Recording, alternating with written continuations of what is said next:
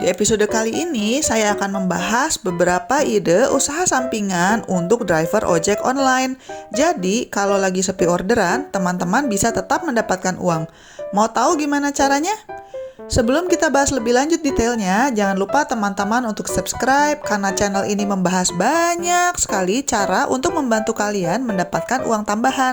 Dan jangan lupa juga nyalakan lonceng notifikasinya supaya kalian gak ketinggalan episode baru. Selamat menonton!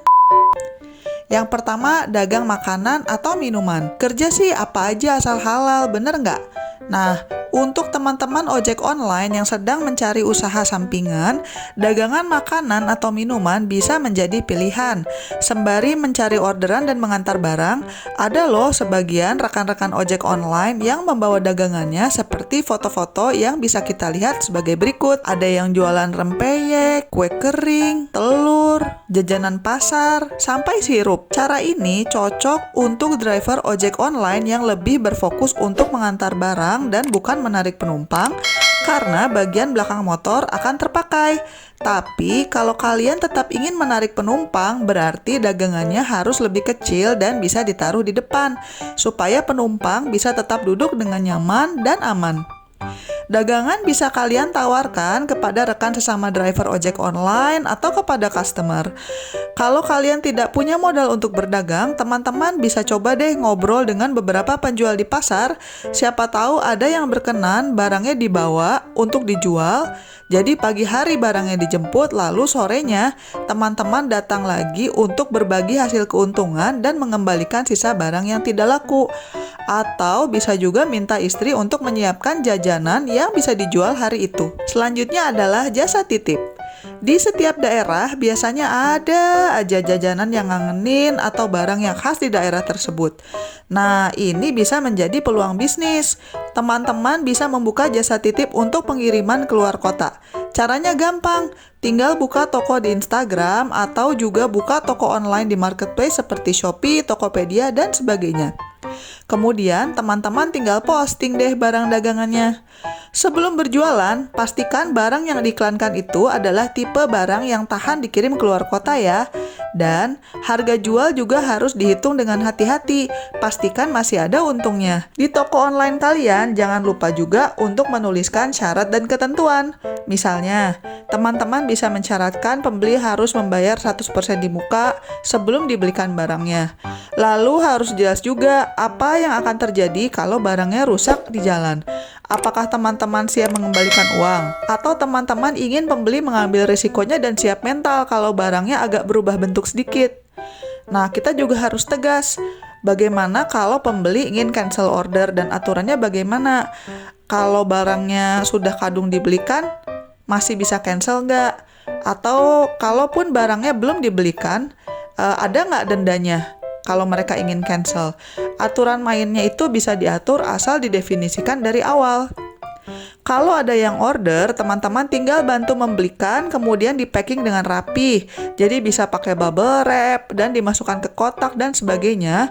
Kemudian tinggal dikirim melalui jasa ekspedisi kilat. Kalau bisa sih, yang bisa sampai dalam 1 hari. Tidak harus makanan, jasa titip ini bisa juga digunakan untuk barang-barang lain, misalnya untuk jasa titip kerajinan tangan ataupun perabotan seperti dari IKEA dan sebagainya. Selanjutnya, jadi YouTuber. Zaman sekarang siapapun bisa menjadi YouTuber, termasuk driver ojek online.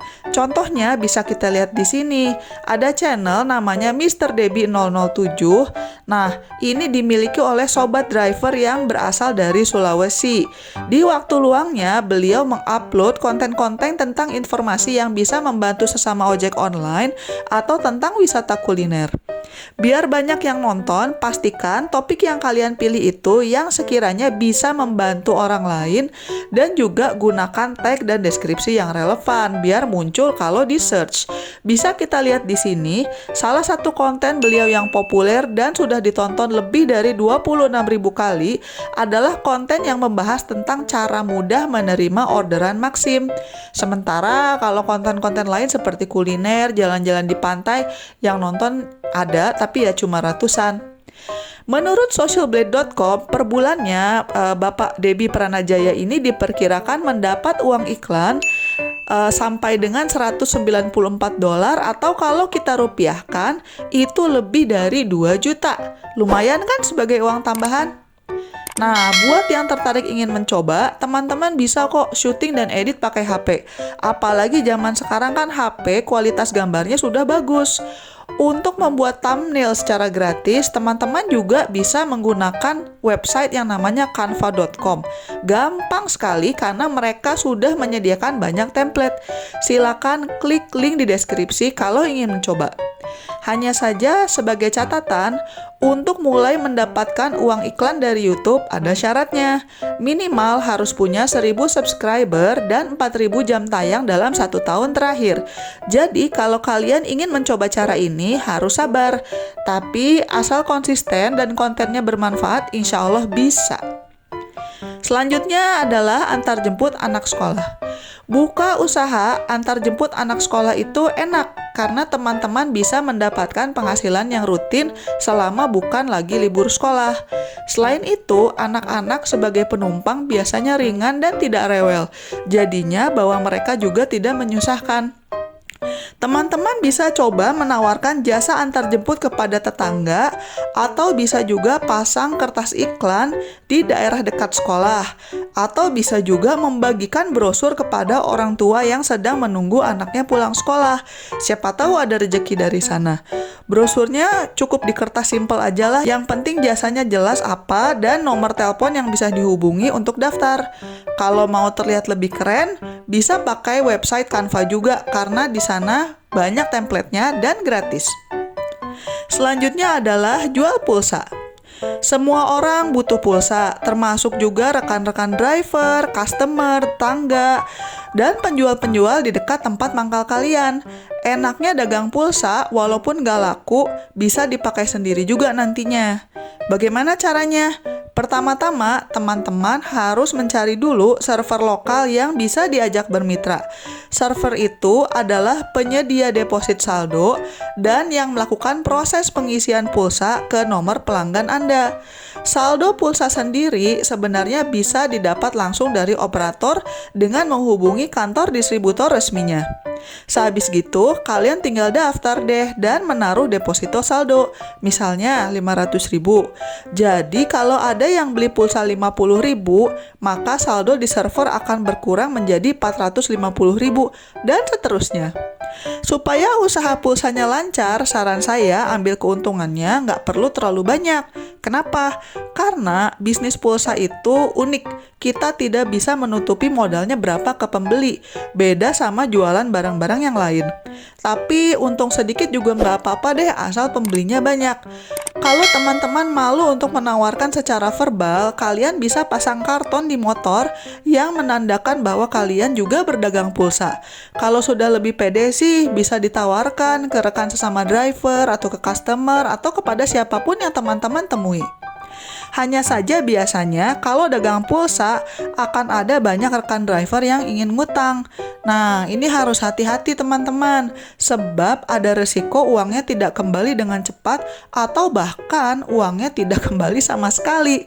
Saran saya sih, ya tegas aja deh, tolak yang mau ngutang, tapi ya kita tetap sopan. Selanjutnya, isi survei online.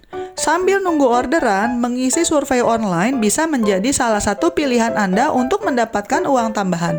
Lumayanlah bisa dapat uang jajan, makan gratis, pulsa, atau voucher belanja.